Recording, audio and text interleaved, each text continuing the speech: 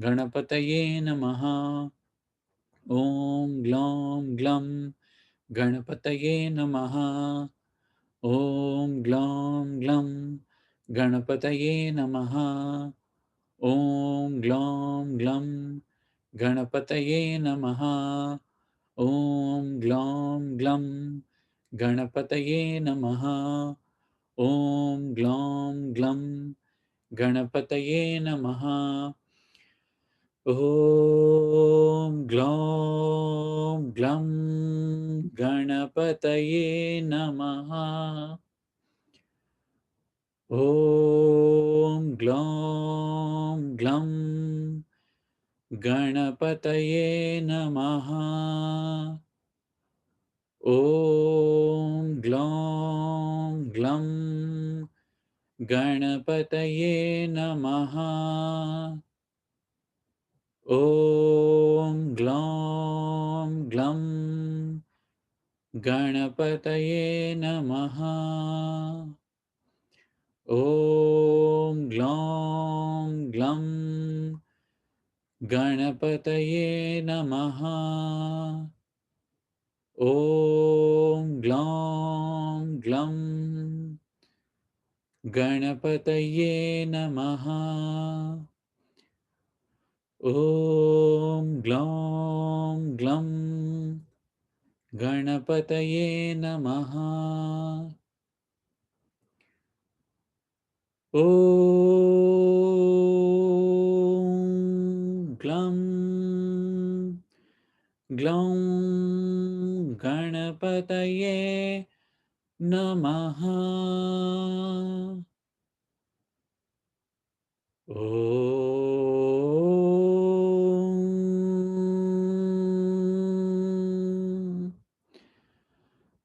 ग्लं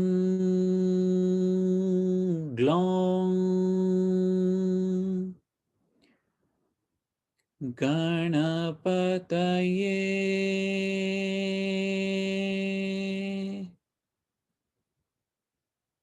नमः।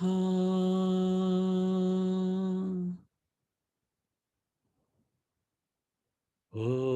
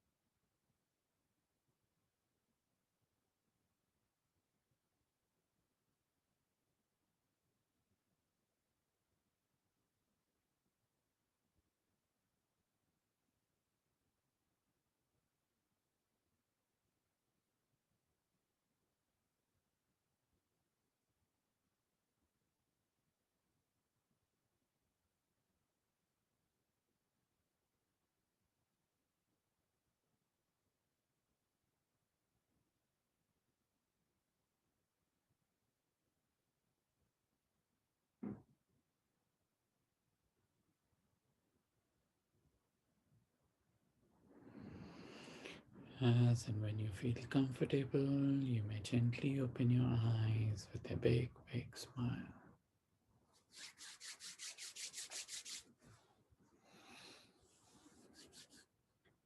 Namaste.